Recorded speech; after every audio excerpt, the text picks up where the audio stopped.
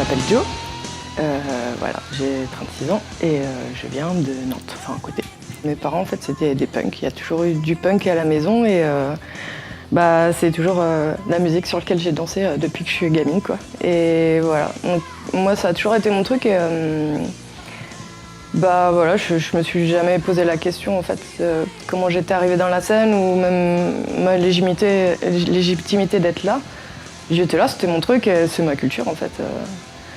Donc voilà, et j'ai commencé à venir au concert ado, les trucs punk, la scène hardcore, et puis après j'ai bougé sur Nantes.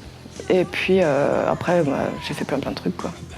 J'ai pas mal bougé dans pas mal de pays, et, toujours avec la scène DIY, politisée ou moins, mais voilà quoi, toujours jusqu'à aujourd'hui. Voilà, c'est it's my life. Alors en ce moment, je co-anime et je fais la technique dans l'émission de radio I Hate Music. C'est sur Jet FM à Nantes et puis on peut écouter sur internet un peu partout. Donc voilà, avec mes acolytes Tonio et Guillaume. Et, ça c'est hyper cool. Ça fait un peu plus de 10 ans que je fais de la radio et j'adore ça. Enfin le partage musical, ça a toujours été un truc cool. Avant on faisait ça avec des cassettes, on invitait des potes à boire le café, on fumait des clopes et voilà, maintenant je fais ça derrière une petite console avec mes potes. Voilà, et dernièrement il y a eu un collectif qui s'est monté à Nantes qui s'appelle Girls to the Front.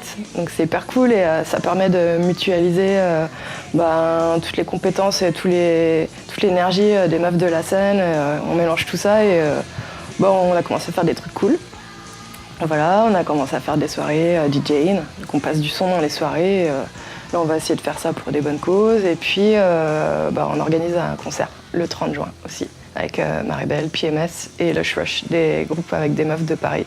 Donc ça, c'est hyper cool. Et voilà, ça va permettre de mutualiser les compétences, d'apprendre plein de trucs. Voilà, donc ça va être super chouette. Dans mes projets, je sais pas, refaire de la musique. J'aimerais bien apprendre à faire de la basse, apprendre la guitare. Peut-être la batterie, mais j'avais déjà commencé il y a longtemps, mais c'était il y a longtemps. Mais faire de la musique en général, et j'aime bien chanter, je chante bien, et du coup, voilà, c'est un de mes projets. Voilà, j'ai plus axé ces dernières années sur tout ce qui était professionnel, et je me suis pas occupée de tout ça, et maintenant c'est l'heure. Donc voilà, on va aller dans cette direction. Alors l'évolution des femmes dans la scène, moi je pense qu'elle va aller en grandissant en fait. C'est vrai qu'avant peut-être il y avait ce côté où les mecs ils se sentaient plus légitimes parce que c'est un truc un peu wild, je sais pas, et puis les nanas de côté c'était souvent les petites copines ou quoi. Moi j'ai jamais ressenti ça parce que moi c'est mon truc quoi, c'est toujours été ma place et voilà, et j'ai toujours cette culture, donc moi je me sentais forcément légitime, mais c'est vrai que pour d'autres femmes c'était peut-être plus compliqué d'oser venir, d'aborder les gens, de ne pas se faire jeter. Beaucoup toujours de machos ou peut-être des gens qui pensaient que tu étais là juste pour choper un mec en fait. Donc voilà. Et justement en fait, moi ce que je constate c'est que les femmes elles se soutiennent. Donc forcément ça va permettre à d'autres femmes aussi de se sentir plus à l'aise, de se sentir légitime et puis de s'émanciper, de se mettre à l'aise dans cette scène, dans cette culture et de se l'approprier surtout. Et voilà, je pense que dans la société, malheureusement, on voit beaucoup de recul, mais on voit aussi beaucoup de femmes qui prennent à fond les devants, qui font des trucs géniaux et qui n'ont pas peur, qui foncent. Et voilà, il faut que ça continue comme ça. Je pense que ça va continuer comme ça.